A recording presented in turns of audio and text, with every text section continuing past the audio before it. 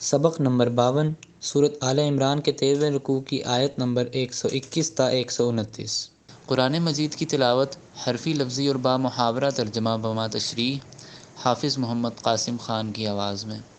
بسم اللہ الرحمن الرحیم۔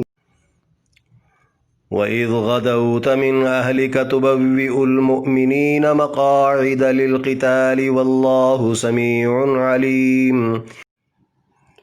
وَإِذْ اور یاد کرو جب غدوت صبح چلے آپ من اہلکا اپنے گھر سے تبوئ المؤمنین بٹھاتے مومنوں کو مقاعد ٹھکانوں پر للقتال لڑائی کے لیے واللہ سمیع علیم اور اللہ سننے جاننے والا ہے۔ پوری آیت۔ اور یاد کرو جب آپ صبح سویرے اپنے گھر سے نکل کر مومنوں کو جنگ کے لیے مورچوں پر بٹھاتے رہے اور اللہ سننے اور جاننے والا ہے۔ اذ ہمت طائفتان منکم ان تفشلا واللہ ولیہما وعلی اللہ فلیتوکل المؤمنون۔ اذ ہمت جب ارادہ کر لیا طائفتانی دو گروہوں نے منکم تم میں سے ان تفشلا کہ کمزور پڑیں گے وہ واللہ ولیہما اور اللہ مددگار ہے ان دونوں کا وعلی اللہ اور اللہ پر فلیتوکل چاہیے کہ بھروسہ کریں المؤمنون ایمان لانے والے۔ پوری آیت۔ یاد کرو جب تم میں سے دو گروہوں نے ارادہ باندھ لیا کہ وہ کمزور پڑ جائیں گے تو اللہ ان دونوں کا مددگار ہوا، سو مومنوں کو تو اللہ ہی پر بھروسہ کرنا چاہیے۔ وَلَقَدْ نَصَرَكُمُ اللَّهُ بِبَدْرٍ وَأَنْتُمْ أَذِلَّةٌ فَاتَّقُوا اللَّهَ لَعَلَّكُمْ تَشْكُرُونَ۔ وَلَقَدْ اور تحقیق نصرکم اللہ مدد کی اللہ نے تمہاری ببدرٍ بدر میں وَأَنْتُمْ حالانکہ تھے تم أَذِلَّةٌ کمزور فَاتَّقُوا اللَّهَ تو ڈرتے رہو اللہ سے لعلکم تاکہ تم تشکرون شکر بجا لاؤ۔ پوری آیت۔ بدر میں اللہ نے تمہاری خوب مدد کی جبکہ تم نہایت کمزور تھے، اب اللہ سے ڈرتے رہو تاکہ تم شکر بجا لا سکو۔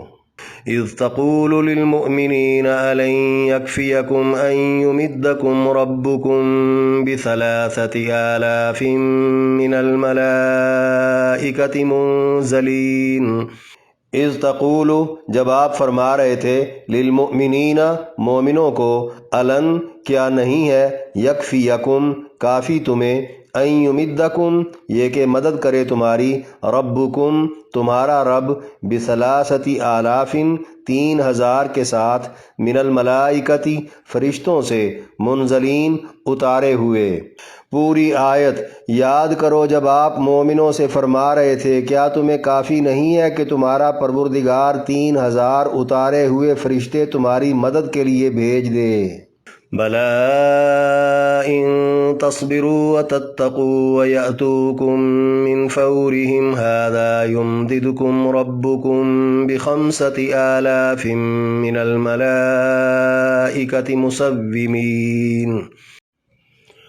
بلا کیوں نہیں ان تصبروا اگر تم صبر کرتے رہے وتتقوا اور ڈرتے رہے ویأتوکم اور آئیں تم پر من فورہم ایک دم سے وہ ھذا یمددکم یہی مدد کر دے تمہاری ربکم تمہارا رب بخمسۃ آلاف 5000 کے ساتھ من الملائکتی فرشتوں سے مسومین نشان لگے ہوئے۔ پوری آیت۔ کیوں نہیں اگر تم صبر کرتے اور ڈرتے رہے اور کافر تم پر ایک دم حملہ آور ہو جائیں تو تمہارا پروردگار تمہاری اسی مدد کو 5000 نشان زدہ فرشتے بھیج دے گا۔ وَمَا جَعَلَهُ اللَّهُ إِلَّا بُشْرَىٰ لَكُمْ وَلِتَطْمَئِنَّ قُلُوبُكُمْ بِهِ وَمَا النَّصْرُ إِلَّا مِنْ عِندِ اللَّهِ الْعَزِيزِ الْحَكِيمِ۔ وما اور نہیں جعلہ اللہ بنایا اس کو اللہ نے الا بشرا مگر خوشخبری لکم تمہارے لیے، وَلِتَطْمَئِنَّ اور تاکہ اطمینان پکڑیں، قلوبکم تمہارے دل، بہی اس کے ساتھ، وَمَا النَّصْرُ اور نہیں ہے مدد، إِلَّا مِنْ عِنْدِ اللَّهِ مگر اللہ کے ہاں سے، العزیز الحکیم جو زبردست حکمتوں والا ہے۔ پوری آیت۔ اللہ نے فرشتوں والی بات کو تمہارے لیے فقط خوشخبری بنایا ہے تاکہ تمہارے دل اطمینان پکڑ لیں، ورنہ مدد تو صرف اللہ کی جناب سے ہے جو زبردست حکمتوں والا ہے۔ لِيَقْطَعَ طَرَفًا مِّنَ الَّذِينَ كَفَرُوا أَوْ يَكْبِتَهُمْ فَيَنقَلِبُوا خَائِبِينَ۔ لِيَقْطَعَ تاکہ کاٹ ڈالے وہ، طرفاً ایک گروہ، من الذین ان لوگوں سے جنہوں نے، کفروا کفر کیا، او یکبتہم یا ان کو ذلیل کر دے، فینقلبوا تو لوٹیں وہ، خائبین رسوا ہونے والے۔ پوری آیت۔ تاکہ اللہ کفر کرنے والوں کی ایک جماعت کو ختم ہی کر ڈالے یا ان کو اتنا ذلیل کر دے کہ وہ نامراد ہو کر واپس پلٹیں۔ لَيْسَ لَكَ مِنَ الْأَمْرِ شَيْءٌ أَوْ يَتُوبَ عَلَيْهِمْ أَوْ يُعَذِّبَهُمْ فَإِنَّهُمْ ظَالِمُونَ۔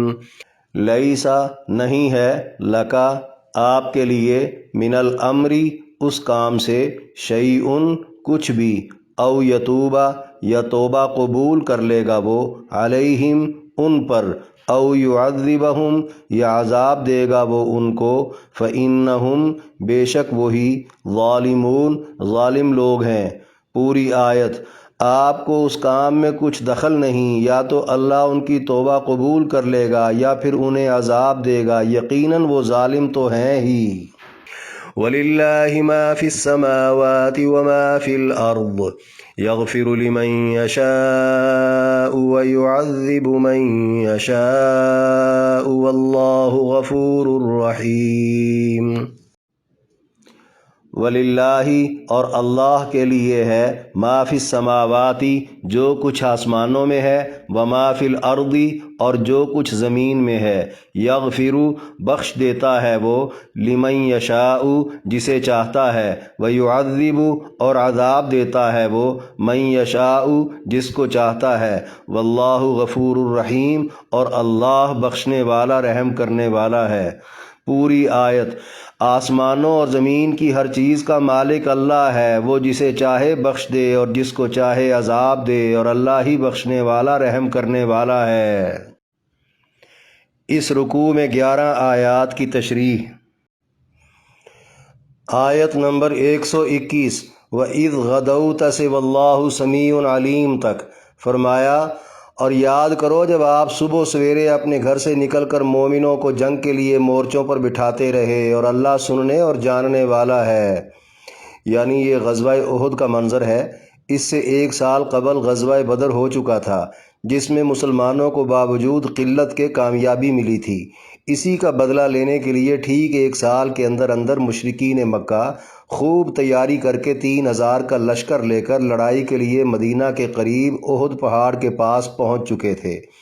حضور علیہ السلام نے اپنے صحابہ سے مشورہ طلب کیا کہ ہمیں شہر کے اندر رہ کر مقابلہ کرنا چاہیے یا وہاں جا کر جہاں مشرکین ٹھہرے ہوئے تھے۔ بقول جملہ مفسرین، حضور علیہ السلام کا اپنا اور بعض صحابہ کا ذہن شہر کے اندر کا تھا، تاہم اکثر نوجوان جو جنگ بدر کے بعد مسلمان ہوئے تھے، جذبہ جہاد اور شوق شہادت میں کفار کے مقام پر پہنچ کر لڑنے پر مصر ہوئے۔ جمعہ کا دن تھا، نبی علیہ السلام اپنے گھر تشریف لے گئے۔ تھوڑی دیر بعد جنگی لباس زیب تن فرما کر باہر جب آئے تو اصرار کرنے والوں کو احساس ہوا کہ شاید انہوں نے آپ کو بے جا مجبور کر دیا ہے۔ بولے، یا رسول اللہ، آپ ہماری رائے کو رہنے دیجئے، آپ پر تو وحی آتی ہے، لہٰذا آپ جنگی لباس اتار دیجئے۔ آپ علیہ السلام نے فرمایا، نبی کے لیے مناسب نہیں، جب ہتھیار اٹھا لے تو پھر بغیر قتال کیے رکھ دے۔ چنانچہ حضور علیہ السلام بی بی عائشہ کے گھر سے نکل کر 1000 سے کچھ کم ساتھیوں کے ہمراہ احد پہاڑ کی جانب پیدل روانہ ہو گئے۔ راستے میں منافقوں کا سردار عبداللہ ابن ابی اپنے 300 ساتھیوں کے ساتھ یہ کہہ کر مسلمانوں سے الگ ہو گیا کہ اگر ہمارا مشورہ ماننا نہیں تھا تو لیا ہی کیوں تھا۔ ہمیں تو یہ جہاد نہیں ہلاکت نظر آ رہی ہے۔ پیچھے کل 700 مسلمان رہ گئے جن کے پاس صرف 2 گھوڑے تھے۔ آیت کے مطابق اگلے دن صبح سویرے حضور علیہ السلام خود مورچہ بندی کروا رہے تھے اور مجاہدین کو ٹھکانوں پر بٹھا رہے تھے۔ اصحاب رسول کے بقول یہ دن سخت آزمائش کا تھا۔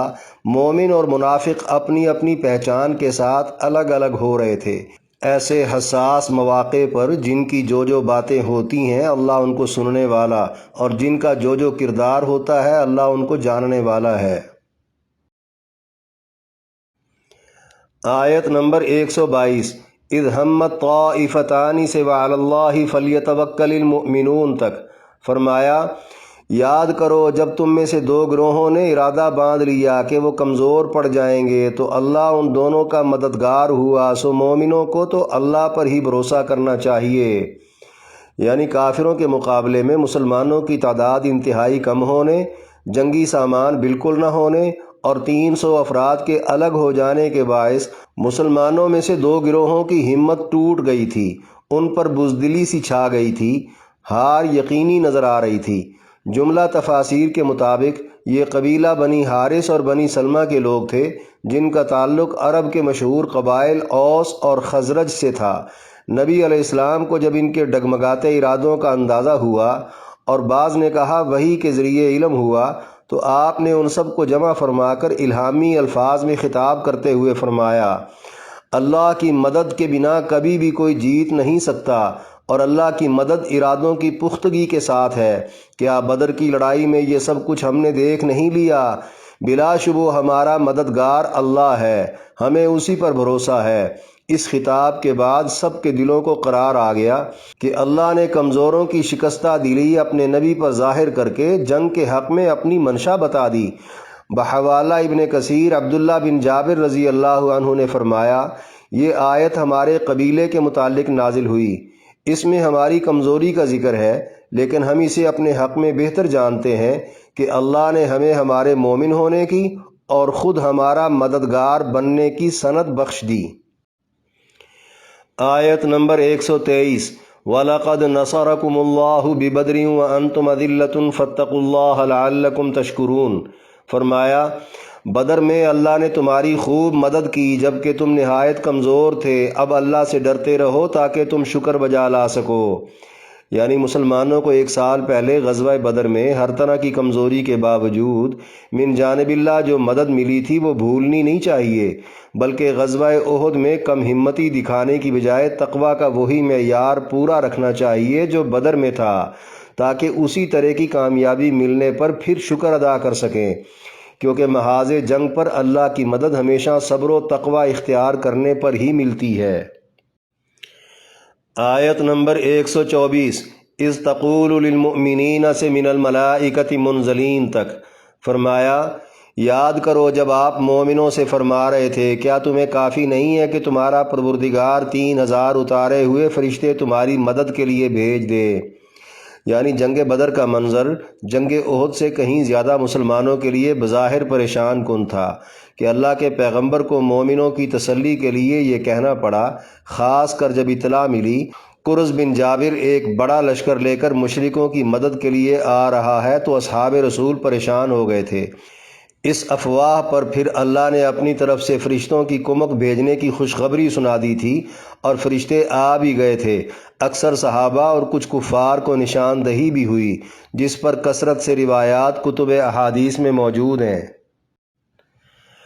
آیت نمبر 125 بلا ان تصبروا سے من الملائکۃ مسومین تک فرمایا، کیوں نہیں اگر تم صبر کرتے اور ڈرتے رہے اور کافر تم پر ایک دم حملہ آور ہو جائیں تو تمہارا پروردگار تمہاری اسی مدد کو 5000 نشان زدہ فرشتے بھیج دے گا۔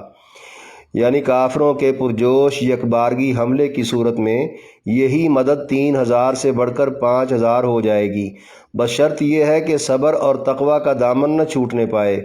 یہ سارا منظرنامہ ماضی والی جنگ بدر کا بیان ہو رہا ہے۔ بقول جملہ مفسرین بدر کی لڑائی میں 1000 فرشتے بھیج دیے گئے تھے، لیکن پہلے 3000 اور پھر مزید 5000 کا وعدہ مشروط تھا، جس کی نوبت ہی نہ آئی۔ آیت نمبر 126 وما جعلہ اللہ سے الا من عند اللہ العزیز الحکیم تک۔ فرمایا اللہ نے فرشتوں والی بات کو تمہارے لیے فقط خوشخبری بنایا ہے تاکہ تمہارے دل اطمینان پکڑ لیں، ورنہ مدد تو صرف اللہ کی جناب سے ہے جو زبردست حکمتوں والا ہے۔ یعنی مددگار فقط اللہ ہے، وہ مومنوں کی مدد کے لیے اسباب و وسائل کا محتاج نہیں، نہ ہی اسے کسی نبی ولی اور فرشتوں کے تعاون کی ضرورت ہے، بلکہ پیغمبر سمیت تمام مسلمان اللہ کے محتاج ہے۔ یہ 3000 5000 فرشتے بھیجنے کی باتیں فقط مومنوں کی خوشی اور تسکین کے لیے ہے۔ ایسا نہ ہو کہ کسی کا یقین اللہ سے ہٹ کر فرشتوں پر ہی جم جائے۔ بالیقین دنیا سے کفار کے خاتمے اور اسلام کے غلبے کے لیے وہ اللہ کسی مسلمان کا بھی ہرگز محتاج نہیں۔ اگر ایک مخلوق سے وہ اپنے دین کی اشاعت اور دوسری مخلوق سے دینداروں کی مدد کا کام لیتا ہے تو یہ ان مخلوقات کے لیے بہت بڑے اعزاز کی بات ہے۔ چاہے ابراہیم علیہ السلام پر جلتی آگ کو بجھانے کے لیے اپنی چونچ میں پانی بھر کر لانے والا پرندہ ہی کیوں نہ ہو، یا اصحاب فیل کو کچلنے کے لیے کنکر پھینکنے والے ابابیل ہی کیوں نہ ہو، وہ زبردست ہے، مطلب ہر مخلوق اسی کے زیر اثر ہے، کوئی کسی کا مددگار نہیں۔ حکمت والا ہے، مطلب مخلوقات سے کام لینے یا بعض اوقات نہ لینے اور پیغمبر کی موجودگی کے باوجود مسلمانوں کو سخت آزمائش میں مبتلا کر دینے میں کئی حکمتیں ہیں جو کسی کو معلوم ہی نہیں۔ آیت نمبر 127 لِيَقْطَعَ طَرَفًا مِّنَ الَّذِينَ كَفَرُوا أَوْ يَكْبِتَهُمْ فَيَنْقَلِبُوا خَائِبِينَ۔ فرمایا تاکہ اللہ کفر کرنے والوں کی ایک جماعت کو ختم ہی کر ڈالے یا ان کو اتنا ذلیل کر دے کہ وہ نامراد ہو کر واپس پلٹیں۔ یعنی مسلمانوں کی امداد کا مقصد کفر کا زور توڑنا ہے تاکہ دوبارہ وہ سر نہ اٹھا سکیں، اسی لیے اس جماعت کے خاتمے کی بات فرمائی جو مقابلے میں آ گئی تھی، ورنہ کفر اور کافروں کو دنیا میں باقی رکھنا مصلحت خداوندی ہے۔ مسلمانوں کا جب اللہ سے تعلق مضبوط نہیں رہتا اور دین سے دوری زور پکڑ جاتی ہے اور نبی کے حکم ٹوٹنے لگتے ہیں تو پھر کفار کے ہاتھوں مسلمانوں کی پٹائی بھی اسی مصلحت ہی کا حصہ ہے۔ جیسے احد کی لڑائی میں ٹیلے پر معمور 50 تیر انداز مسلمانوں سے ایک حکم ٹوٹ جانے پر جیتی ہوئی جنگ کفار کے ہاتھوں شکست میں تبدیل کروا دی گئی۔ آیت نمبر 128 لَيْسَ لَكَ مِنَ الْأَمْرِ شَيْءٌ أَوْ يَتُوبَ عَلَيْهِمْ أَوْ يُعَذِّبَهُمْ فَإِنَّهُمْ ظَالِمُونَ۔ فرمایا آپ کو اس کام میں کچھ دخل نہیں، یا تو اللہ ان کی توبہ قبول کر لے گا یا پھر انہیں عذاب دے گا، یقیناً وہ ظالم تو ہیں ہی۔ یعنی اللہ اپنے پیغمبر سے کہہ رہے ہیں آپ کو اپنے مقابلے میں آنے والے ظالموں کے انجام کی بابت رائے قائم کر لینے میں کوئی سروکار نہیں۔ آپ کے ذمہ تبلیغ اور جہاد ہے۔ آپ ان کے معاملے میں کچھ کہنے کی بجائے اللہ کے فیصلے کا انتظار کریں، یا تو اللہ مستقبل میں انہیں مسلمان بنا کر ماضی کے سارے جرم معاف کر کے آپ کا غلام بنا دے گا، یا پھر وہ اگر حالت کفر پر ہی مر گئے تو ان کو آخرت میں عذاب دے گا۔ اس میں شک نہیں کہ یہ ظالم لوگ ہیں، ظلم کا خمیازہ تو دنیا میں بھگت ہی رہے ہیں۔ آیت بتا رہی ہے اللہ اگر نہ بتائے تو پیغمبر کو بھی کسی کا مستقبل معلوم نہیں ہو سکتا۔ بحوالہ مسند احمد اور بخاری بروایت حضرت ابن عمر اور حضرت ابو ہریرہ رضی اللہ عنہما، نبی علیہ السلام کچھ کافروں پر ان کے نام لے لے کر لعنت بھیجنا شروع ہو گئے۔ ایک اور روایت میں ہے آپ علیہ السلام نماز فجر میں جب رکوع سے سیدھا کھڑے ہوتے تو کافروں پر بددعا مانگتے۔ بحوالہ مسلم بروایت ابو ہریرہ رضی اللہ عنہ، ایک قبیلے کے اسرار پر قرآن سکھانے کے لیے نبی علیہ السلام نے 70 قاری بھیجے تھے جنہیں قتل کر دیا گیا۔ آپ دکھی ہو کر اس قبیلے کے لیے 1 ماہ تک مسلسل اپنی نمازوں میں لعنت کرتے رہے۔ بعض مفسرین کے بقول جنگ احد کے دوران شدید زخمی حالت میں نبی علیہ السلام اپنا لہو مبارک پونچھتے ہوئے فرما رہے تھے وہ قوم کیسے ہدایت پا سکتی ہے جس نے اللہ کے نبی کو زخمی کر دیا؟ نبی کا کام تو صرف لوگوں کو اللہ کی طرف بلانا ہے۔ ان تمام باتوں پر یہ آیت کریمہ نازل ہو گئی جس میں آپ علیہ السلام کو لعنت بھیجنے، بددعا کرنے اور کفار پر رائے قائم کرنے سے روک دیا گیا۔ پھر انہی کافروں میں سے کچھ کو تھوڑے ہی عرصے کے بعد اسلام کی نعمت سے سرفراز فرما دیا گیا، جن میں حضرت ابو سفیان، خالد ابن ولید، حارث ابن ہشام، سہیل ابن سعد، صفوان ابن امیہ رضی اللہ عنہم بھی تھے۔ آیت نمبر 129 وَلِلَّهِ مَا فِي السَّمَاوَاتِ سے وَاللَّهُ غَفُورٌ رَحِيمٌ تک فرمایا آسمانوں اور زمین کی ہر چیز کا مالک اللہ ہے، وہ جسے چاہے بخش دے اور جس کو چاہے عذاب دے، اور اللہ ہی بخشنے والا رحم کرنے والا ہے۔ یعنی مالک الملک صرف اللہ ہے، تمام اختیارات اس کے اپنے ہیں، وہ اپنے اختیارات کسی کو نہیں دیتا، جسے چاہے نیک بختی کی توفیق دے کر بخش دے، جسے چاہے بدبختی میں جہنم واصل کر دے۔ کس کی تقدیر میں کیا لکھا ہے یہ کوئی نہیں جانتا، اگرچہ وہ شخص زندگی میں اس کا الٹ کرتا نظر آئے۔ جس طرح وہ کافر مشرک جو پیغمبر علیہ السلام اور مسلمانوں سے لڑتے رہے، جن پر لعنت بھیجنے سے روک دیا گیا تھا، بعد میں وہی کافر مسلمان ہو گئے۔ اللہ کے علم کے مطابق ان کے مقدر میں اسلام تھا اور وہ مسلمان ہو کر بخشش کروا گئے۔ اللہ تو بخشنے والا مہربان ہے، لہٰذا پیغمبر کو بھی لوگوں پر مہربان ہی رہنا چاہیے، بلکہ پیغمبر کی اتباع میں ہر مصلح اور مبلغ کو بھی لوگوں سے شفقت اور ہمدردی ہی کرنی چاہیے۔ ہاں، جب کفار مقابلے میں آ جائیں یا احکامات الہیہ کے نفاذ کا معاملہ ہو تو پھر کسی مخالف سے کوئی ہمدردی نہیں۔